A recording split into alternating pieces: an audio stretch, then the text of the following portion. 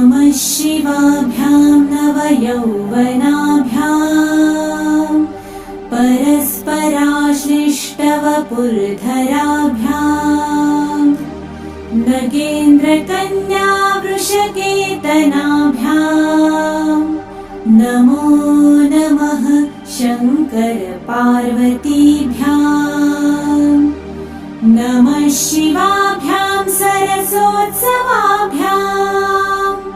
नमस्कृताभीष्टवरप्रदाभ्याम् नारायणेनार्चितपादुकाभ्याम् नमो नमः शङ्कर पार्वतीभ्याम्